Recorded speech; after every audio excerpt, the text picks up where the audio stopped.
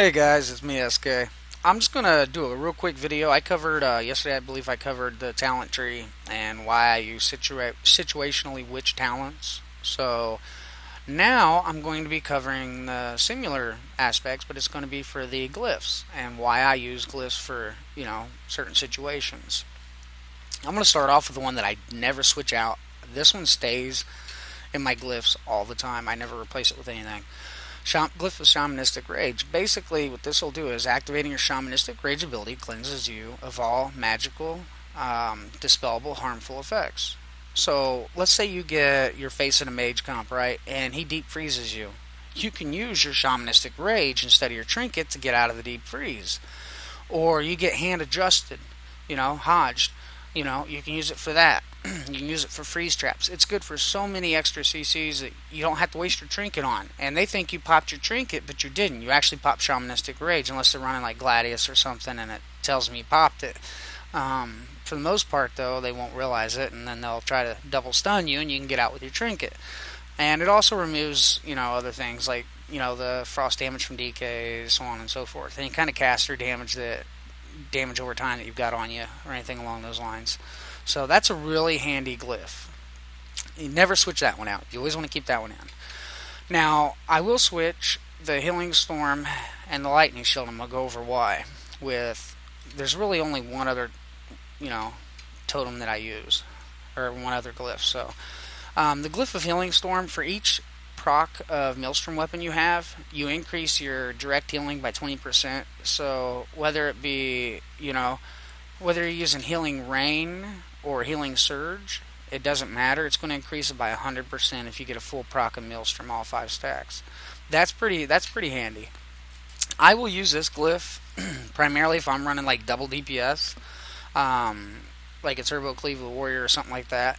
I will use this glyph to help keep myself alive, and I've also got it macroed to where I can keep behind it and keep him alive, give him a big heal, which Warriors are really easy to keep up. Usually hits for about 80 to 150k. It depends on whether you get a crit or not. So, and that's a pretty good heal. That's pretty nice, especially with the new battle fatigue. Now, as far as Glyph of Lightning Shield, this is a handy glyph because think about it. Your Lightning Shield can proc every 3 seconds when you're taking damage.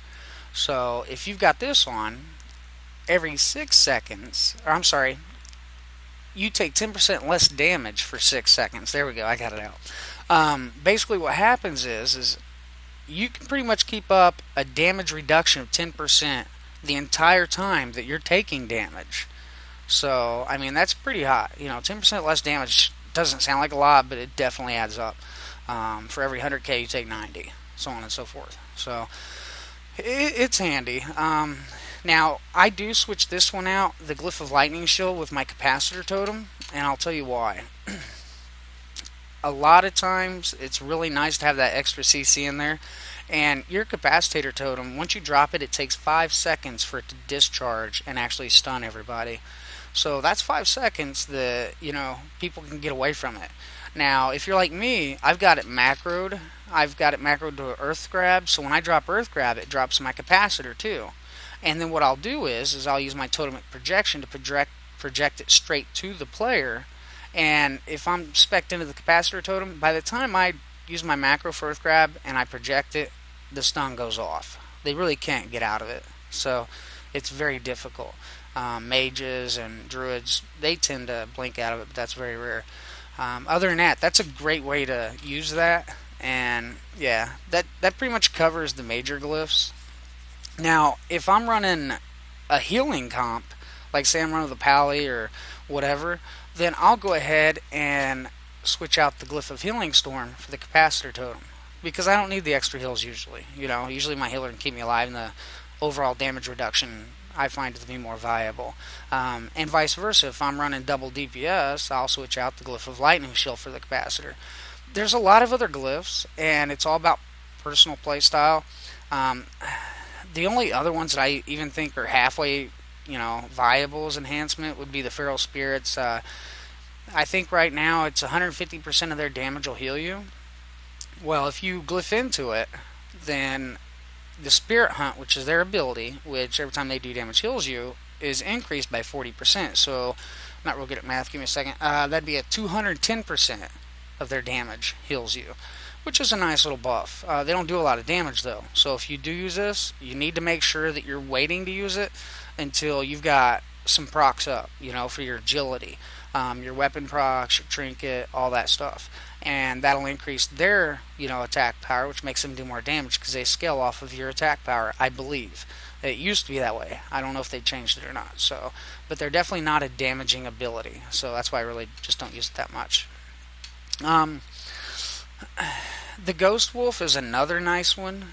If you say you face a comp that's got a lot of CC, and that's the same principle, okay? Basically, the Ghost Wolf, it reduces your movement impairing effects, movement speed effects. So if you've got it reduces it down to like a 60-70% slow instead of 100. Like if you're stuck there for, let's say you're in a 10-second slow, I'm just using this as an example, they reduce it down to like a 6-second, That's not the exact math, but you get the idea. So that's really handy if you're running in with like a hunter, mage, frost mage, anything that's got a lot of slows, frost DK, that helps you close that gap. The same principle works with that though. You'll want to switch it out with what comp you're using between Lightning Shield and Maelstrom.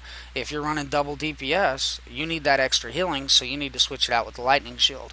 If you're running with a healer, wouldn't hurt to lose the extra heal, so you can switch it out with Glyph of Healing Storm. So that kind of covers that. Let's see what else we got here. I don't really use any of the other ones. Not a big fan of the rest of them. Now, as far as the minor glyphs, these are all, whatever they want to call it, for appearances. They don't really serve a real big purpose.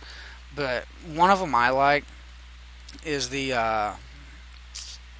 Glyph of Totemic Encirclement. Basically, it drops 4 totems. Any good player will know because the 3 dummy totems have blue health bars, and the active one that you drop, the one that you're actually using, will have a red health bar to a hostile player. So, but it's still, there's a lot of times you can okie doke people, or it just confuses them, puts a lot of extra bars out there. I mean, it's kind of handy. That's one of my preferred, ones that I use. Now, they do have a new one. Where is it? It's the Ghost Wolf. Yeah, here you go. Glyph of Spirit Wolf. I can see how this would be handy, like in BGs or rated battlegrounds, because there's a lot of times I corpse res. I got a 30-second timer, and I'm right there by the flag. I'm not going to wait. So this will allow you to get back to your corpse faster. That could be a very handy glyph. Other than that, the rest of them are all nostalgic or just for looks, whatever. So that's kind of covering the glyphs and what I do with them. I appreciate any feedback. Make sure you guys like the video, and please subscribe. The more people I get viewing these videos, the more, I'm going to put into it. It's just kind of the way life works, I'm going to work my ass off, though, to get these videos and get them out to you guys. Good informational videos. I'm not perfect, and I'm not the best player out there, but I am a solid player, and I do my research. So you guys take care, and I will catch you later. Bye.